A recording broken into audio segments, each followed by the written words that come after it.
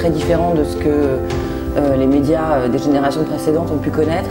Ce qu'on est obligé de faire dans ce contexte-là, c'est d'être à la fois un site média, un magazine en ligne, et d'être présent sur tous les autres réseaux, c'est-à-dire de s'adapter au mode de conversation de chaque réseau.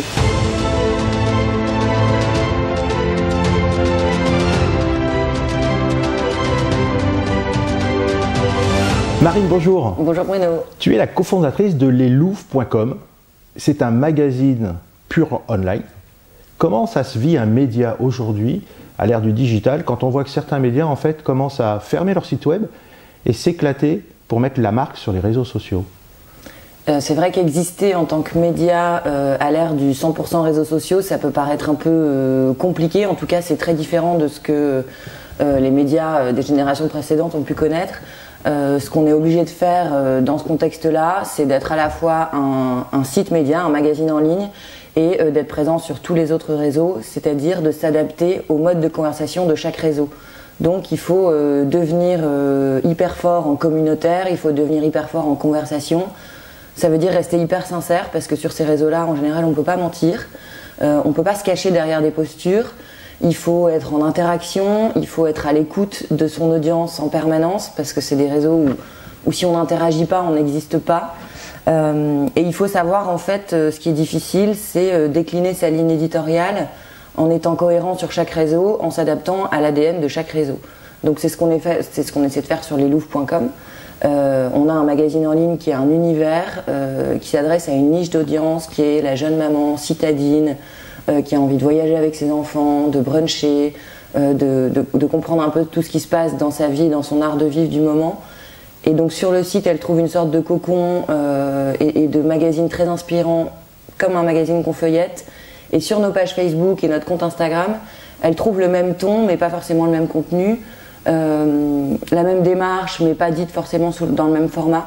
Donc c'est toujours une adaptation pour rester dans la même cohérence de ligne éditoriale, tout en sachant décliner son point de vue.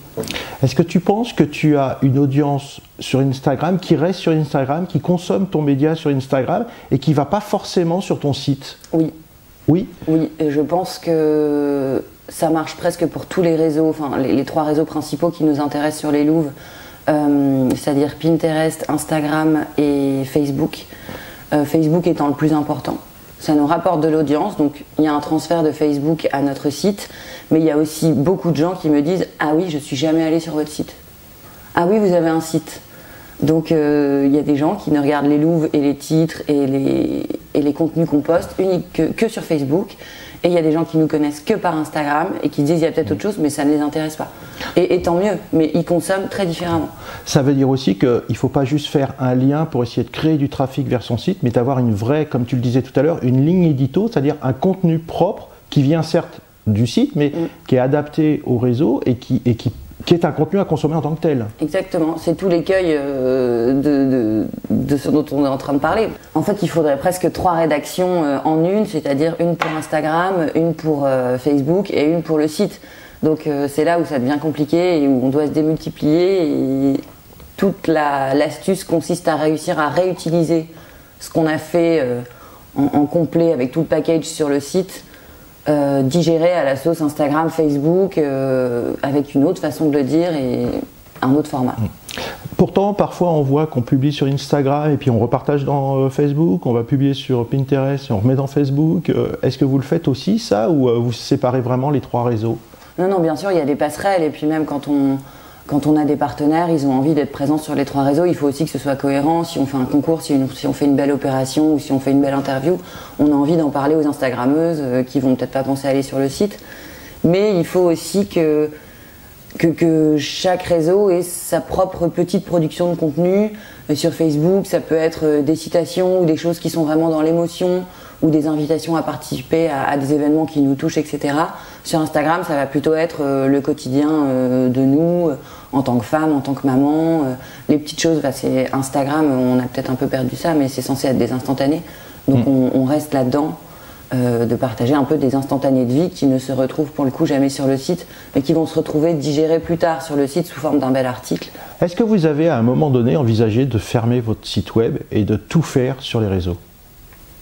On n'a jamais envisagé de fermer leslouves.com. parce que notre audience, notre trafic direct augmente. Ça veut dire que notre notoriété augmente et que de plus en plus de lectrices arrivent direct volontairement pour venir sur leslouvres.com. Donc ça veut dire qu'elles ne passent pas forcément par Facebook ou par un autre réseau. Donc pour nous c'est très positif, ça veut dire qu'on est en train de construire une marque média et ça veut dire qu'on a réussi à créer quelque chose de beau et d'attachant pour un certain nombre de lectrices. On a 50 000 visiteurs uniques aujourd'hui. Notre cœur de cible, ça va être 25-30 000 lectrices qui viennent vraiment tous les jours, qui connaissent tout le site, qui ont tout lu. Et elles aiment bien parcourir le site, elles aiment bien voir les passerelles qu'on a faites, qu'on a imaginées pour elles.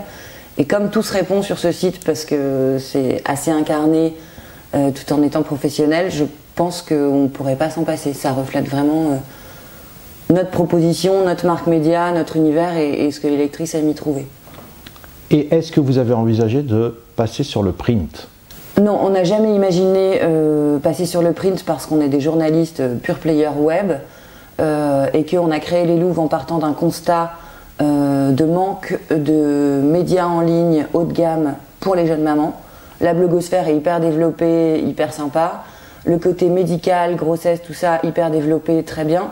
Mais sur le côté lifestyle, pour parler des jolies choses, d'une maternité très positive et de l'art de vivre, il manquait quelque chose pour les lectrices et pour que les marques puissent s'exprimer.